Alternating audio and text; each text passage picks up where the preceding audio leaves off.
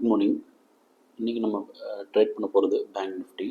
இன்றைக்கி bank Nifty open ஆகணுன்னே ஒரு fall 50,700 open ஆன மார்க்கெட் 50,600 வரைக்கும் ஃபால் ஆகிருக்கு. அதனால் நம்ம இப்போ both call option and put option ரெண்டுமே எடுத்து வைக்கிறோம். அதாவது 50,600 50,500 call option and put option ரெண்டுத்தையுமே எடுத்து வச்சுருக்கோம். இதில் தான் நம்ம ட்ரேட் பண்ண போகிறோன்றது முடிவு பண்ணிட்டோம். அப்படி பார்க்கும்போது இன்றைக்கி நம்ம ரெண்டுத்துலேயுமே பொசிஷன் எடுத்திருந்தோம்.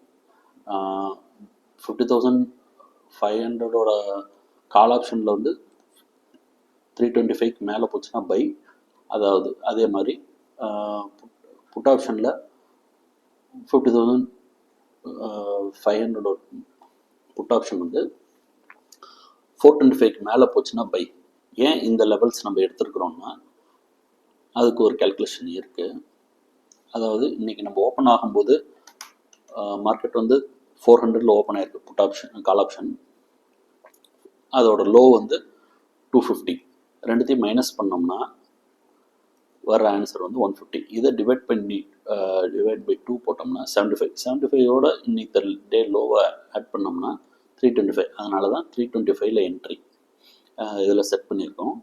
அதே மாதிரி 425 ஏன் இதில் என்ட்ரி வச்சுருந்தோம்னா இன்றைக்கி டே மார்க்கெட் ஓப்பன் ஆகும்போதே இப்போ ஃபாலில் நடந்தனால புட் ஆப்ஷன் நல்லா ஏறி இருக்குது. புட் ஆப்ஷன் ஏறினால அன்றைக்கி டே ஹையை பிரேக் ஆச்சுன்னா நம்ம என்ட்ரின்றதை வச்சுருந்தோம். அதாவது 425 மேலே என்ட்ரி எடுத்தோம்னா ஒரு நல்ல பொட்டன்ஷியல் கிடைக்குன்றதுக்காக ஒரு இடத்துல வெயிட் பண்ணிட்டு இருந்தோம். இன்றைக்கி 50,500 கால் ஆப்ஷன் 325 மேலே போனால் பைன்றது நம்ம ஆல்ரெடி போட்டு வச்சிருந்தோம். அது பை ஆயிடுச்சு. பை ஆனதுலேருந்தே ஒரு ஃபால். நம்ம எப்பயும் எடுத்தோம்னா அதில் ஒரு ஃபால் கிடைக்கும்.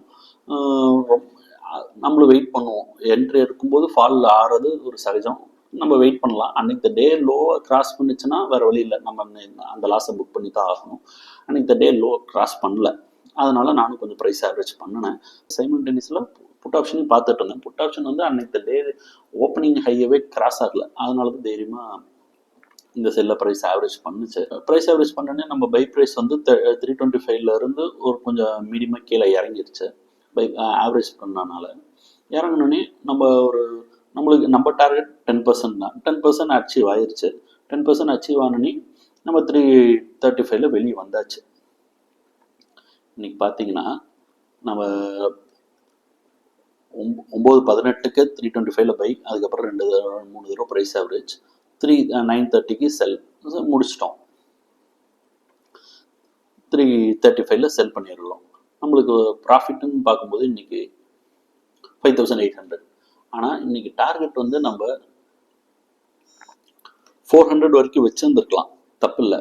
அன்னைக்கு டே ஹை வந்து 400 most of the time achieve பண்ணோம். நம்ம டார்கெட் வந்து 10% அச்சீவ் ஆனோடனே அன்னைக்கு ட்ரேடை க்ளோஸ் பண்ணியாச்சு. நல்ல ப்ராஃபிட். டோட்டலாக 44,000 இன்வெஸ்ட் பண்ணிட்டேன். அதில் ஒரு 5,800னா பரவாயில்ல. More than 10%. It is more than enough for the day. நம்மளுக்கு தேவை 10% ப்ராஃபிட் அச்சீவ் பண்ணிட்டோம்னா, நம்மளோட டார்கெட் அச்சீவ் பண்ணிட்டோம்னா நம்ம ப்ராஃபிட் புக் பண்ணிட்டு அன்றைக்கி இந்த ட்ரேடை க்ளோஸ் பண்ணிக்கணும். அதுதான் செலுத்தனமான முடிவு. இன்னைக்கு இந்த ட்ரேடோட ப்ராஃபிட் 5,800. மொத்தமாக 5 trade, 4 buy 1 sell, 5,800 profit. Okay, இன்னைக்கு டே முடிச்சுக்கலாம். தேங்க்யூ.